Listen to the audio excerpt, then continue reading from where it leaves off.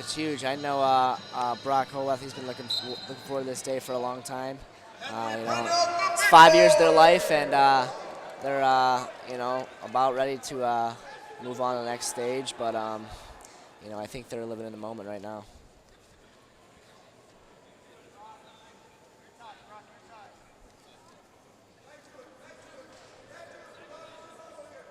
Horwath digging that underhook. He's vicious in there.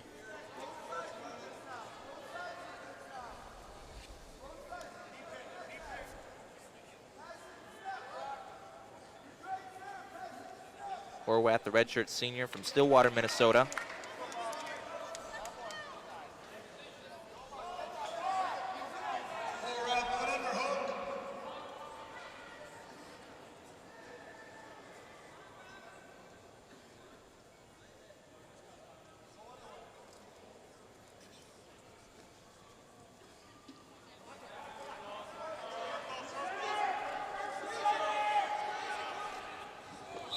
Oh, and they go off the mat.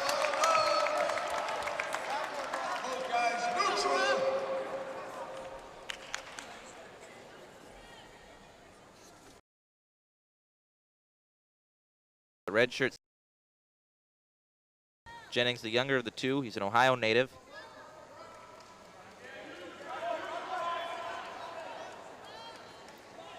Jumped on the scene with his first career dual victory with a 10-0 major decision in Northwestern's duel with #1 Penn State. That match coming last month.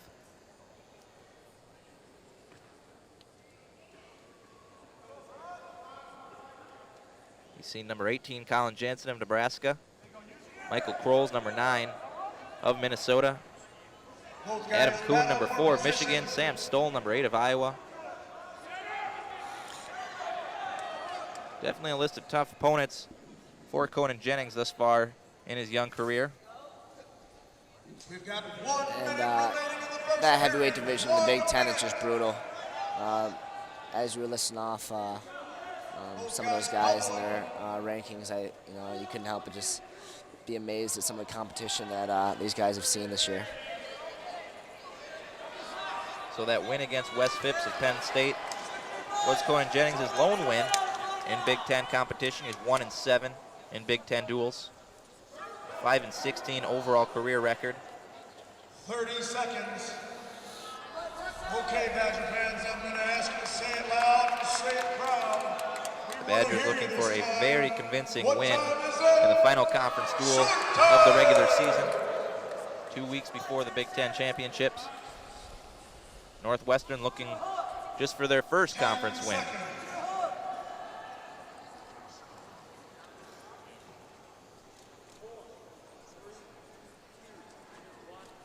That's the end of the first period.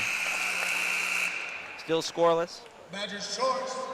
Horwath chooses to go Northwestern still seeking that first win of the day as well.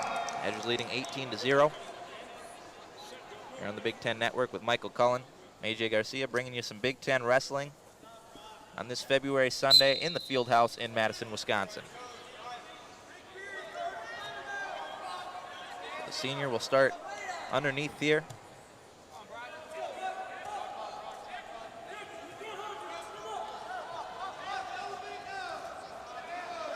Horwath needs to build to a tripod here. Just gotta get his head up.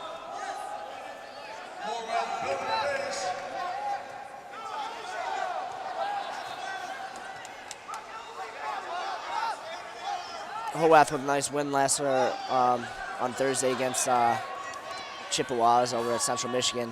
Won in double overtime, and was able to escape in the fourth overtime and seal up a win for the Badgers.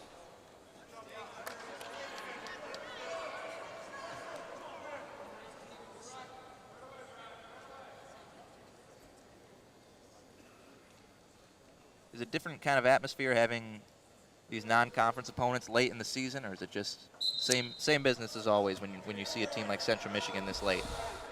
I think it's like I said, you got to be ready for every team in Division I wrestling. I know I've put an emphasis on the Big Ten, but it's because there's so much depth. I think some of these other teams like Central Michigan and Horwath aren't going to escape there.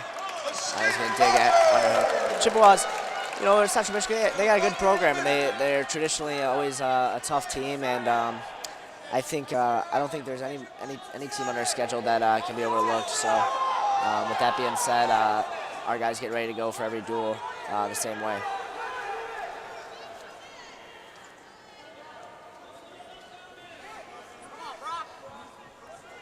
1-0 our score here in the final 30 seconds now of the second period. Jennings built up just over a minute of riding time. And we've got short time.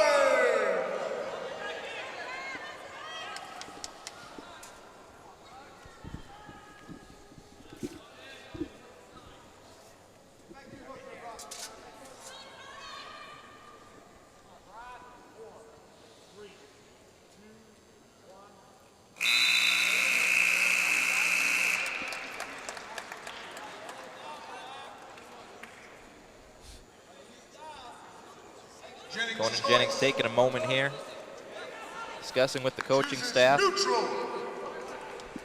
Interim head coach Matt Storniolo advises the redshirt freshman to take the neutral position, try and go for a takedown, take a 2-1 lead.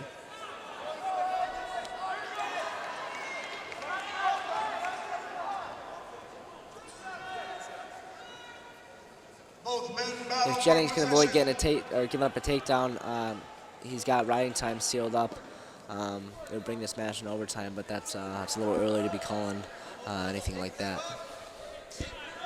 These guys still got a minute and a half to work. And Horwath just keeps digging that underhook, doing a good job. Jennings moving into him, giving a little bit of pressure.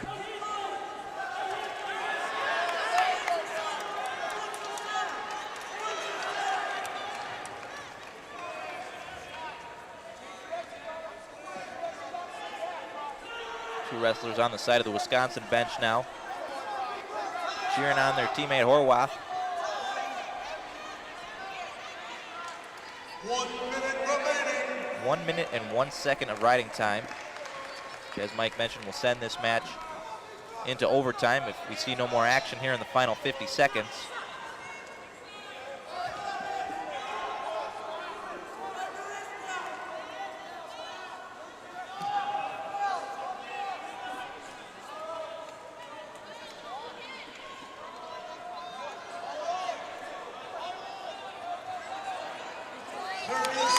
Horwath definitely being the aggressor here in the final 30 seconds, trying to get a takedown to seal this thing instead of going to the extra period. What time is it, Badger fans? I mentioned a big double overtime win for him on Thursday. 10 seconds Horwath's remaining. definitely going to need some well-earned rest after this weekend. 5. And Horwath going to get a takedown at the end of the period. And they're definitely going to have to go to the monitor for this one. One referee waving it off, the other one calling for the takedown there in the final second. So it will be determined if Horwath is the victor or if we will see an extra period. Obviously the Badgers bench, assuming that one was a takedown there, the Northwestern bench disagreeing. Wow, a lot of excitement at the end of the periods today. And with as close as that one was, I mean, they can go to the monitor, they can look at it as many times as they want, but really it seems like that's even more of a judgment decision there on whether or not he brought him to the mat in just enough time. What'd you see? You know what? Unfortunately, I wasn't watching the clock. Of course, you know, I'm going to be a little biased here, and I'm going to go with that with the takedown. But, you know, we'll see what the refs have to say when they come back from the monitor. I just a little caught up in the excitement. Wasn't really paying attention to the clock. So just a 1-0 score. Not a ton of action there during that match, but in the final half a second, it could all be determined. Redshirt freshman Conan Jennings just trying to catch his breath a little bit. He's on the defensive there for that entire third period, just not allowing Horwath to try and come up with a takedown. The redshirt senior turned it on in the final few seconds. We'll see if he's earned those points.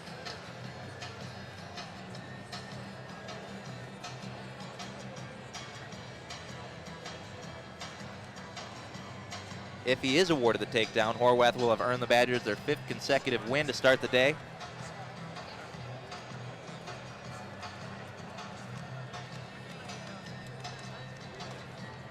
It looks like the referees have come to a consensus. After further review, the ruling on the mat has confirmed the winner. And it is awarded There it is. to Brock Horwath. So the redshirt senior on his final day here in the field house, a very exciting final second